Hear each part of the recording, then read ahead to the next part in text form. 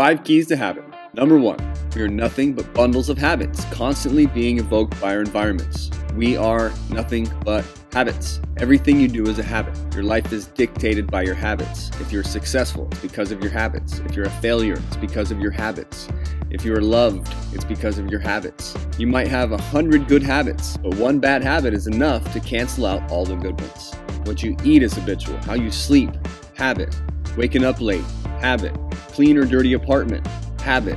We have hygiene habits, driving habits, working habits, exercise and health habits, entertainment habits. Our thoughts are habits. Our emotions, how we feel every day, is a habit.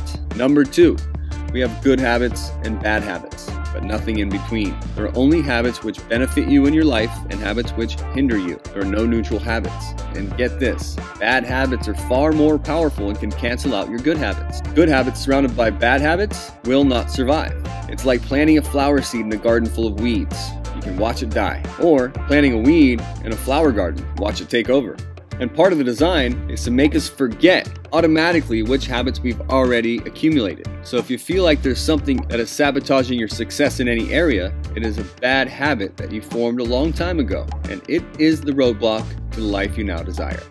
Number 3, how we develop our habits. Our brain is a habit-forming machine. That's how it works. It finds what to do, makes the connection, saves a file, and moves on to the next stimuli. Forming habits helps us streamline our lives.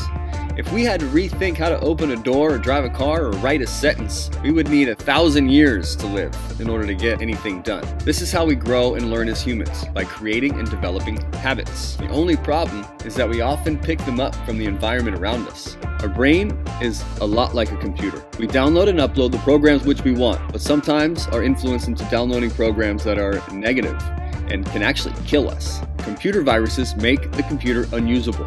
Mind viruses make the mind unusable, and they destroy lives, families, businesses, and possibly even entire species. So let's talk about one of our programs. One of our built-in programs is the RAS, the Reticular Activating System, which is a process in the brain which gives you what you ask for. It listens and pays attention to what is important to you. It listens to your self-talk. The RAS is what makes you see your new car everywhere you look right after you buy it. So let me ask you, what is your self-talk like? How do you treat yourself in your own mind? If the stats are correct, not very good. 90% of all self-talk is negative.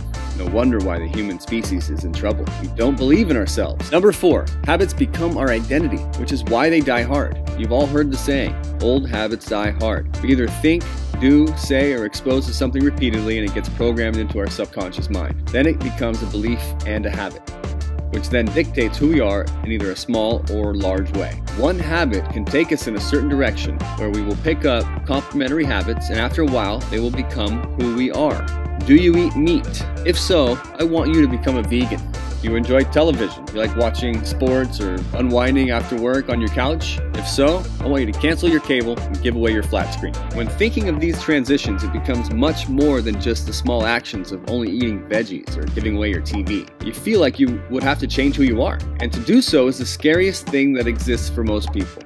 We have worked very hard for our whole lives to become who we are. So to change that seems very uncomfortable to us, even if we are already uncomfortable in the first place. Crazy. Number 5, change your habits, change your life.